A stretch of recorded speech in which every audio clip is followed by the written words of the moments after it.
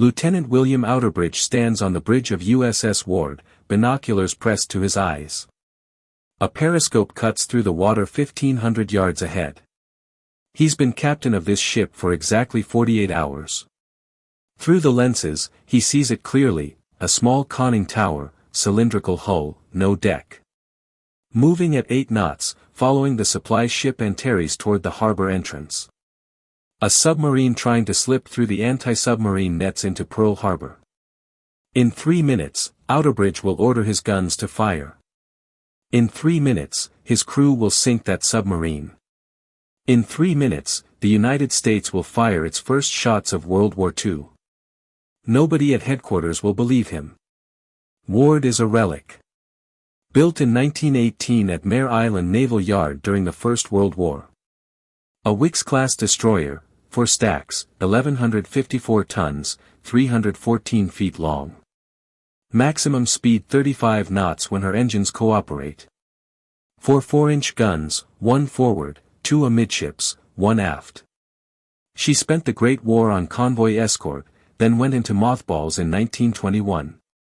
For 20 years, Ward sat in reserve in San Diego. Her hull rusted.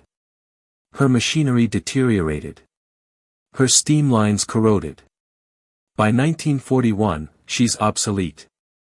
Modern destroyers are faster, better armed, better equipped.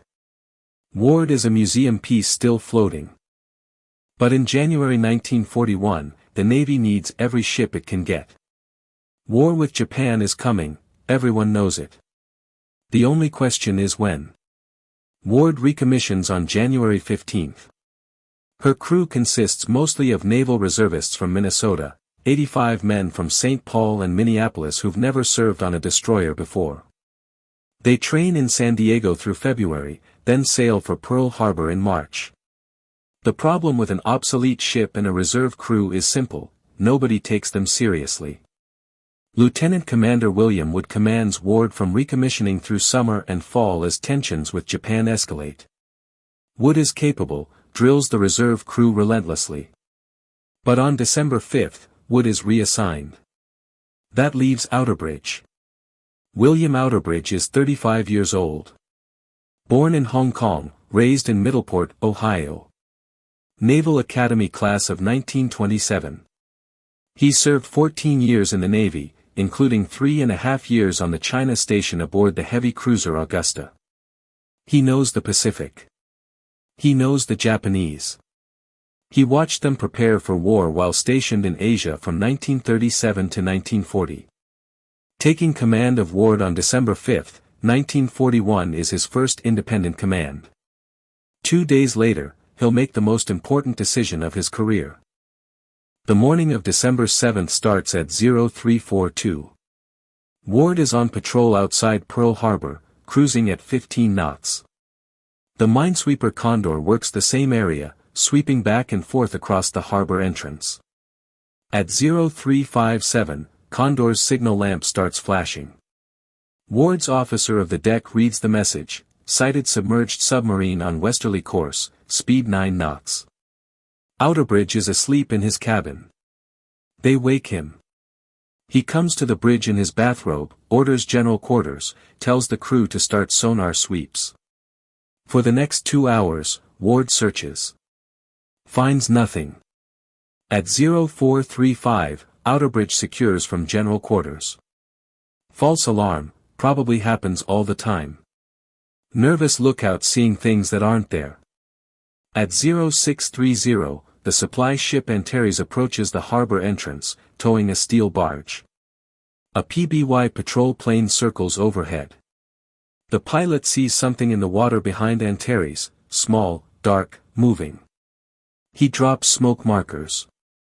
Outerbridge is in the chart room when his officer of the deck calls him to the bridge. Come look at this. Outerbridge climbs to the bridge. Through binoculars, he sees it clearly. Small conning tower, cylindrical hull, no deck. Moving at 8 knots, following Antares toward the harbor entrance, trying to slip through the anti-submarine nets when Antares opens them. A submarine in a restricted area, following an American ship into Pearl Harbor.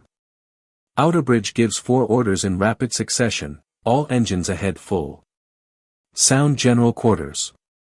Man all guns. Prepare to ram if necessary. Ward surges forward, accelerating from 5 knots to 25 knots in less than a minute. The crew races to battle stations. Men who've been eating breakfast or sleeping drop everything and run. This isn't a drill. Their captain's voice over the intercom is different this time, urgent, real. Ward closes the distance in 5 minutes. The submarine doesn't see them coming. Doesn't dive. Doesn't change course. Just keeps following Antares at 8 knots, focused on the harbor entrance ahead. At 0645, Ward's number 1 gun fires. Range about 100 yards. The shell passes directly over the submarine's conning tower. Miss. Gun number 3 fires 15 seconds later. Range 50 yards. The 4-inch shell hits the submarine at the waterline where the hull meets the conning tower. Direct hit. The submarine lurches to starboard. Water pours into the hull. The conning tower heaves over. Ward races past at full speed, then drops depth charges set for 30 feet. 4 charges roll off the stern. Underwater explosions send columns of white water into the air. The submarine disappears. Oil slick on the surface 300 yards astern. Nothing else visible. Outerbridge radios Pearl Harbor at 0653, we have attacked, fired upon, and dropped depth charges upon submarine operating in defensive sea area. The message goes to the 14th Naval District Communication Watch Officer. He reads it, doesn't believe it.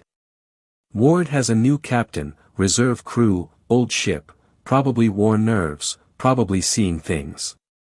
Submarine reports have been coming in for weeks. None confirmed. This is probably another false alarm. The watch officer forwards the message up the chain of command with low priority. No immediate action taken. No alert sent to the fleet. No warning issued to ships in harbor. At 0755, 1 hour and 2 minutes after Ward sinks the submarine, Japanese carrier aircraft begin their attack on Pearl Harbor. 183 aircraft in the first wave, dive bombers, torpedo bombers, fighters. They hit Battleship Row, Ford Island, Hickam Field, Wheeler Field, Kaneohe Naval Air Station. The Pacific Fleet is at anchor. 8 battleships, 8 cruisers, 30 destroyers, 4 submarines.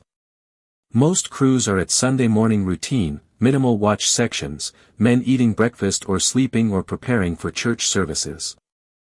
The Japanese achieve complete tactical surprise. Not because warning wasn't given, warning was given. Ward sank a Japanese submarine 68 minutes before the attack began. Ward radioed that information to headquarters. Nobody believed it. 2,403 Americans die at Pearl Harbor. 1,178 wounded. 4 battleships sunk.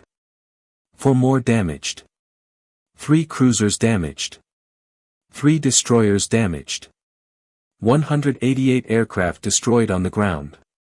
Ward spends December 7 outside the harbor entrance hunting for more submarines. The crew drops over 130 depth charges on suspected contacts. Finds nothing conclusive. Spends the day watching smoke rise from Pearl Harbor, listening to radio reports, knowing they tried to warn everyone. 4 weeks afterward, doubt persists. Had Ward really sunk a submarine, or had they fired on a false contact? Some officers think the crew panicked, new captain, reserve crew, shot at shadows. Others think they might have hit a friendly submarine by mistake. Still others believe the submarine might have escaped, that Ward simply damaged it. Outerbridge is awarded the Navy Cross for the action. The citation credits him with attacking and, possibly, sinking an enemy submarine. Possibly, not definitely. The Navy isn't sure. The skepticism hurts. Ward's crew knows what they did. They saw the submarine, saw the shell hit, saw it go down. But without wreckage, without bodies, without physical proof, doubt remains. For 61 years, the question hangs unanswered: did Ward actually sink a Japanese submarine on December 7, 1941? The Japanese Navy had launched 5 midget submarines as part of the Pearl Harbor attack. Type A Kohyatiki class, 2-man crew, 46 tons, 78 feet long, armed with 2 torpedoes. The plan was for these submarines to penetrate Pearl Harbor before dawn, hide on the bottom, then attack American ships during the air raid. The submarines were a late addition to the attack plan. Admiral Isoroku Yamamoto approved them in October 1941 over objections from his aviation planners. The aviators thought the submarine mission too risky, might compromise surprise, might alert the Americans before the airstrike. Yamamoto overruled them. The submarines would attack. 5 mother submarines carried the midgets across the Pacific: I-16, I-18, I-20, I-22, I-24. They launched their midgets 7 miles outside Pearl Harbor between 01:30 and 03:30 on December 7. All 5 midget submarines were lost. One sunk by Ward at 0645. One sunk inside the harbor by the destroyer Monaghan at 0843. One ran aground and was captured. 2 disappeared, fate unknown. The crews, 10 men total, were killed. They became the first Japanese casualties of the Pacific War. The first American-caused casualties, killed by Ward more than an hour before the air attack began. But without proof, without wreckage, the story remains uncertain. In 1991, 50 years after Pearl Harbor, researchers begin searching for Ward's submarine. They use side-scan sonar, magnetometers, submersibles. Search the waters outside Pearl Harbor where Ward reported the attack. Find nothing. In 2000, another search. Advanced sonar, better equipment. Still nothing. In 2002, the Hawaii Undersea Research Laboratory uses newly acquired side-scan technology. On August 28, 2002, they find it. Japanese midget submarine, Type A Kohyatiki class. 1,312 feet underwater, about 5 miles outside Pearl Harbor. The submarine is intact except for one hole, 4 inches in diameter, starboard side of the conning tower at the waterline. Exactly where Ward's gunner said he hit it. Perfect shot. The depth charges caused no structural damage. The submarine sank because water flooded through that single shell hole. The discovery proves what Ward's crew said for 61 years. They sank a Japanese submarine at 0645 on December 7, 1941. They fired the first American shots of World War II. They killed the first enemy combatants. They gave warning over an hour before the air attack. Nobody believed them. After Pearl Harbor, Ward continues patrol duties in Hawaiian waters through early 1942. In October, she goes to the west coast for conversion to a high-speed transport. Her torpedo tubes are removed. Her No. 3 gun, the gun that sank the submarine, is removed and placed in storage. Troop berthing is installed. Landing craft davits are mounted. She's redesignated APD-16 in February 1943. As a high-speed transport, Ward can carry 200 troops and their equipment at 30 knots. Fast enough to avoid submarines, shallow enough draft to get close to beaches, armed enough to provide fire support. She's perfect for island-hopping campaigns in the Pacific. Ward deploys to the Solomon Islands in April 1943. She participates in operations at Guadalcanal, Tulagi, New Georgia, Bougainville. On April 7, 1943, Japanese aircraft attacked the transport fleet off Tulagi. Ward fights off multiple air attacks, shoots down 2 aircraft, takes no damage. Through the rest of 1943 and into 1944, Ward conducts escort and transport missions throughout the Southwest Pacific. She lands troops at Sitter, Nisan Island, Amiro, Eidape, Biak, Cape Sansepor, Morotai. More than a dozen major amphibious landings. She earns 9 battle stars for her Pacific service. Meanwhile, Outerbridge leaves Ward in September 1942. Routine change of command. He goes to Washington to work in the office of the Chief of Naval Transportation. Desk job. Safe. Boring. Far from combat. But in late May 1944, Outerbridge gets a new command, USS O'Brien, destroyer DD-725. Allen M. Sumner class. Brand new, modern, fast, heavily armed, everything Ward wasn't. O'Brien deploys to Europe first. Arrives in time for the Normandy invasion on June 6, 1944. Outerbridge takes O'Brien close to Omaha Beach, so close they can see German soldiers in the bunkers. O'Brien's 5-inch guns hammer German positions, support infantry advances, help capture Cherbourg. After Normandy, O'Brien transfers to the Pacific. Arrives in October 1944 in time for the liberation of the Philippines. The Navy is conducting amphibious landings at Leyte Gulf, Ormoc Bay, and other locations across the Philippine Islands. O'Brien joins Task Group 78.3 under Rear Admiral Arthur Struble. Their mission, escort the 77th Infantry Division to Ormoc Bay on the west coast of Leyte. Ward is part of the same task group. She's been operating in the Philippines since October 17, landing troops at Dinagat Island during the initial Leyte invasion. By early December, Ward is conducting transport runs to Ormoc Bay. December 7, 1944. 3 years to the day after Pearl Harbor. Ward is on patrol off Ormoc Bay. She's just landed Army troops and is moving to her patrol station. The morning is clear, visibility good. Japanese aircraft have been active in the area for weeks, kamikazes, suicide attacks, ships hit, damaged, sunk. At approximately 0700, multiple Japanese aircraft approached the invasion fleet. Kamikazes and Val dive bombers coming in low and fast. Anti-aircraft fire from the escorts fills the sky. Several aircraft are shot down. Others break through. One kamikaze dives on Ward. The crew opens fire, 5-inch guns, 40mm guns, 20mm guns. Everything they have. They hit the aircraft multiple times. Pieces fly off. The engine smokes. But the pilot keeps coming. The kamikaze hits Ward midship at the waterline. The aircraft's bomb explodes on impact. Fuel tanks rupture.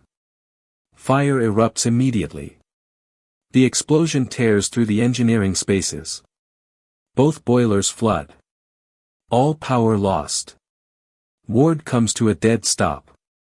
The crew fights the fires for 30 minutes. Uses every fire hose, every extinguisher, every bucket. The flames spread faster than they can control. Fuel oil burning on the water around the ship. Ammunition cooking off from the heat. The ship is dying. The captain gives the order at 0730, abandon ship. All hands over the side. Escort vessels move in to rescue survivors. O'Brien is one of them. Outerbridge stands on O'Brien's bridge, watching his old ship burn. Ward, the ship he commanded 3 years ago. The ship that fired the first American shots of the war. Burning out of control, dead in the water, crew abandoning. Admiral Struble gives Outerbridge the order at 0800, sink Ward with gunfire. She's a hazard to navigation. Burning, drifting, blocking the approach to Ormoc Bay. She has to go down. Outerbridge orders O'Brien's guns to fire. 5-inch shells hit Ward along the waterline, one after another. Methodical. Professional. The shells tear through the thin hull plating. Water pours in. Ward settles lower in the water. At 0830, Ward slips beneath the surface. She goes down stern first, bow rising, then sliding under. Gone. Only one crew member from Ward had been injured during the kamikaze attack itself. The rest are rescued, 200 men pulled from the water by O'Brien and other escorts. They watch their ship disappear, watch the oil slick spread, watch the bubbles rise and fade. Outerbridge writes the action report that night. States the facts: Ward hit by kamikaze. Ship abandoned. Sunk by gunfire from O'Brien. He doesn't mention the date. Doesn't mention the coincidence. Doesn't need to. Everyone knows. Ward earns 9 battle stars during World War II. American Defense Service Medal with Fleet Clasp. Asiatic Pacific Campaign Medal. World War II Victory Medal. Philippine Liberation Medal. Philippine Republic Presidential Unit Citation. More awards than most destroyers twice her size. The No. 3 gun, the gun that sank the Japanese submarine, is still in storage in the United States. After Ward's conversion to a high-speed transport, the gun had been removed and sent to a Navy warehouse in Washington. It sits there for 15 years. In 1958, Minnesota celebrates its centennial. The state wants a military memorial. Someone remembers Ward's gun. Remembers that the crew had been Minnesota reservists. Remembers the first shot. The gun is shipped to St. Paul. Installed on the grounds of the Minnesota State Capitol. A plaque is mounted listing the names of the St. Paul reservists who served aboard Ward. The gun that fired the first American shot of World War II now sits on a concrete pad in Minnesota, 3,000 miles from Pearl Harbor. Outerbridge continues his Navy career after the war. He commands destroyer divisions and squadrons. Serves on the staff of the Naval War College, commands the cruiser Los Angeles from 1953 to 1955. He retires in 1957 at the rank of Rear Admiral after 30 years of service. He teaches science at private schools in Florida and Washington through the 1960s. His students have no idea their science teacher fired the first shots of World War II. Outerbridge dies on September 20, 1986 at his home in Tifton, Georgia. He's 80 years old. His obituary mentions his Navy career, mentions Pearl Harbor, mentions the first shot. For decades, Ward's final resting place remains unknown. The Navy records her as sunk in Ormoc Bay, but exact coordinates are unclear. The area has never been surveyed. The wreckage is somewhere in 600 to 700 feet of water. Nobody knows exactly where. In November 2017, Microsoft co-founder Paul Allen launches an expedition to find ships lost during the Battle of Leyte Gulf. His research vessel RV Petrel has advanced sonar and remotely operated vehicles. The team plans to locate several Japanese battleships and cruisers sunk during the battle. On December 1, 2017, 73 years after Ward went down, Petrel's ROV finds her. She's lying in 686 feet of water in Ormoc Bay. The wreckage is intact. The kamikaze impact point is clearly visible. The hull shows where O'Brien's shells tore through the plating. Ward's final battle is written in the twisted metal. Today, both wrecks rest on the ocean floor. The Japanese submarine she sank sits 1,312 feet down, 5 miles outside Pearl Harbor. Ward herself lies 686 feet down in Ormoc Bay. Both are war graves. Both are protected sites. The No. 3 gun still sits at the Minnesota State Capitol. 66 years of Minnesota weather have taken their toll. The paint peels. Rust shows through. The barrel corrodes. In 2024, the state approves funding to move the gun to the Minnesota Military and Veterans Museum at Camp Ripley. There it will be restored, protected from the elements, displayed indoors where future generations can see it. That gun changed history. At 0645 on December 7, 1941, a St. Paul reservist pulled the firing lanyard. The shell flew 50 yards, hit a submarine's conning tower, and changed everything. That was the first shot, the opening round, the beginning. 68 minutes later, Japanese bombs started falling on Pearl Harbor. The war everyone knew was coming had finally arrived. But it didn't start with bombs. It started with a 4-inch shell from an obsolete destroyer crewed by Minnesota reservists who nobody took seriously. The Japanese submarine crew, 2 men, died instantly when Ward's shell hit. Their names were not recorded in American records. The submarine went down so fast they had no chance to escape.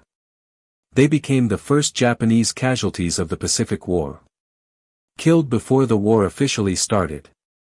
Killed in American territorial waters while attempting a covert attack. Ward served from 1918 to 1944. 26 years.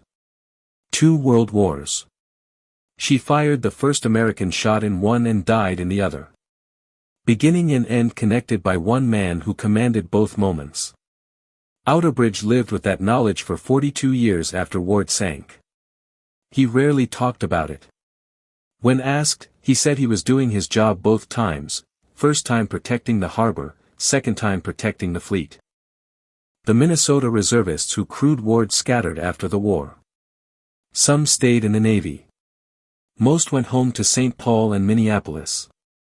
They worked ordinary jobs, mechanics, teachers, salesmen, store owners.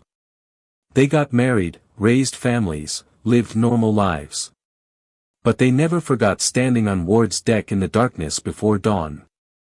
The general quarters alarm. The submarine's conning tower breaking the surface. The shell hit. The warning that nobody believed. Ward's story is forgotten by most people. Pearl Harbor is remembered. The attack is remembered. But the first shot, the submarine, Ward herself, mostly forgotten. The gun sits in Minnesota. The wreckage sits in Ormoc Bay. The men who served aboard Ward are nearly all gone now. But the story remains. December 7, 1941, 0645. 1 4-inch shell, 50 yards, direct hit, first shot, first kill. 3 years later to the day, the ship that fired it slipped beneath the waves, sunk by the man who gave that first order to fire. End. If you liked this, leave a like, comment, and subscribe for more World War II history.